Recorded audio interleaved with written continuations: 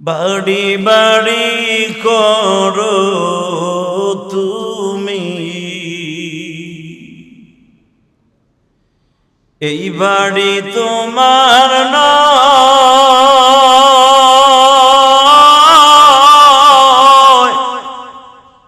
তোমার বাড়ি বাঁশবাগানে, এটাই সত্য।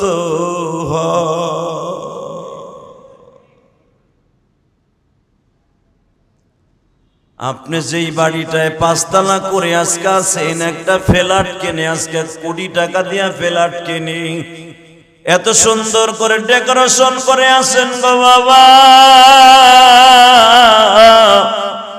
আপনার জনম দুঃখ মিয়া বাবা।